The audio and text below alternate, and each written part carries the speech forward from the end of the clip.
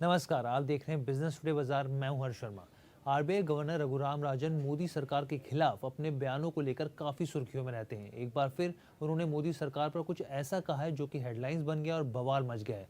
जैसा कि आपको पता ही होगा कि मोदी सरकार ने साल 2047 तक भारत को विकसित देश यानी कि डेवलप्ड कंट्री बनाने की महत्वाकांक्षी लक्ष्य रखा है।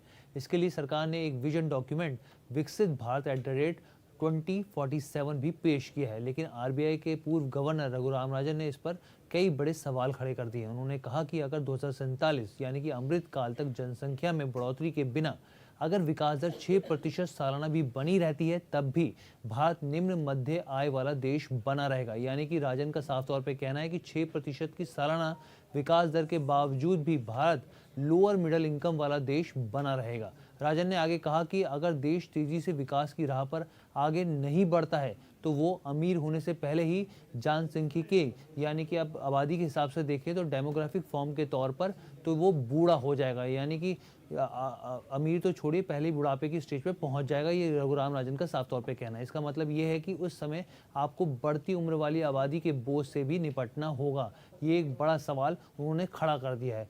इसको आप रघुराम राजन के हिसाब के नज़रिए से समझें तो उनका साफ तौर पे कहना है कि अगर आप हर साल 6% की दर से हिसाब लगाएं तो आपकी आय हर 12 साल में दुगनी हो जाएगी और इसलिए 24 सालों में हमारी प्रति व्यक्ति आय 4 गुना हो जाएगी। आज भारत में प्रति व्यक्ति आय 2,07,604 रुपये है। 2,07,604 रुपये प्रति व्यक्ति आय। अब उससे थोड़ी सी एक तरीके से आप मान लीजिए थोड़ी सी कम होगी। यहाँ पे 4 से अगर आप इसको मल्टीप्लाई करेंगे, गुना करेंगे तो हमारी प्रति व्यक्ति आय जो होगी वो 8,33,300 रुपये होगी। इस हिसाब से हम 2047 तक अमीर नहीं बल्कि निम्न मध्य आय वाले देश बने रहेंगे। ये तर्क रघुराम राजन ने साफ तौर पर दिया है।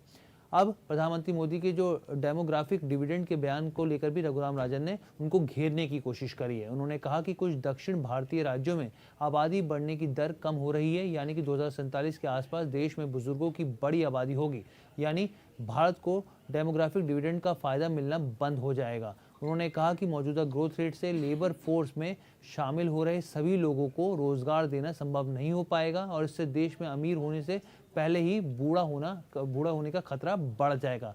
तब अर्थव्यवस्था के ऊपर बूढ़ी आबादी का ध्यान रखने का प्रेशर बना रहेगा। आज भारत में एक बड़ी आबादी युवाओं की है, लेकिन आबादी की औसत उम्र जैसे जैसे बढ़ती जाती है डेमोग्राफिक डिविडेंड कम होता जाता है।